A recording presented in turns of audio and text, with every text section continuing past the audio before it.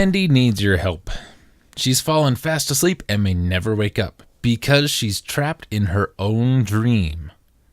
All her harmless dolls are suddenly out to get her. So who will rescue Candy?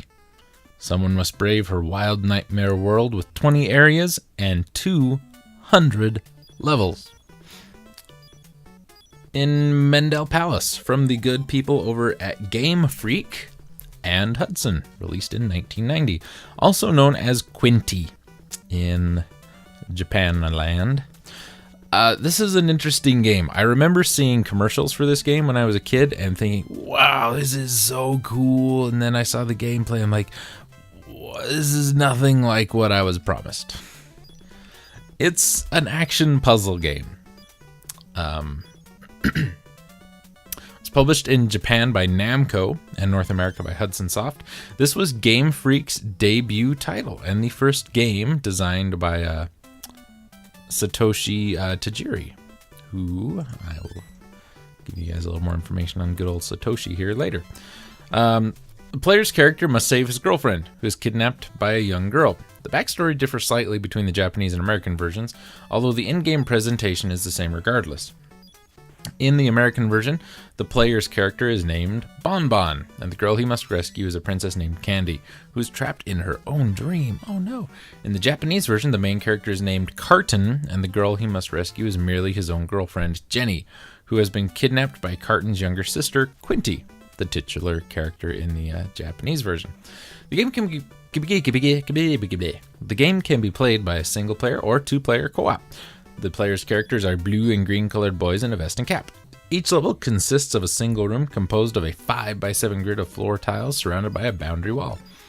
At the beginning of each level, a number of enemy dolls appear and start to wander around, attempting to collide with the player.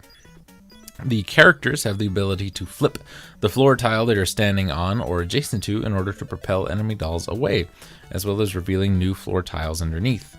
Enemies can be destroyed by flipping them into a wall or impassable block, and the players must destroy every doll to complete the level and move to the next one. It is also possible to win certain levels by making a stalemate, in which all the tiles are unflippable, like the bolted metal tiles or the graffiti tiles from the artist dolls. Each doll does a simple action that varies from each world. They vary from the very basic walking motion to swimming and even aggressive tile flippers who have the same ability to flip random tiles as the player. Touching an enemy causes the player to instantly lose a life. Each world has 10 levels, which is accompanied by a boss and a scene showing the player's girlfriend being whisked off to another part of the realm.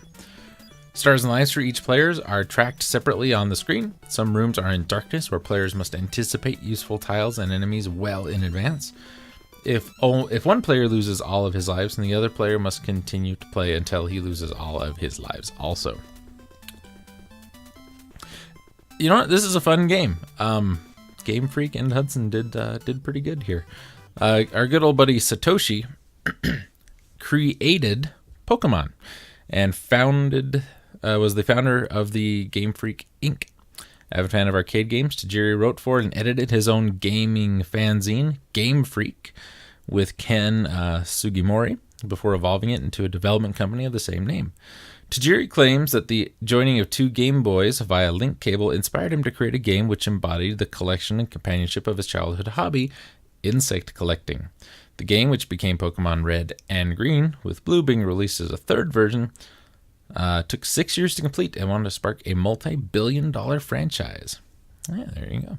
So if we would not have had Mendel Palace, probably no Pokemon. I'm just saying. It's a pretty fun game. It's more fun with two players. The controls are a little stiff. They're not too bad. The pickup's kind of bizarre because you have to be right in the middle of the tile to pick stuff up. But the graphics are good. The music is good. You know, good stuff.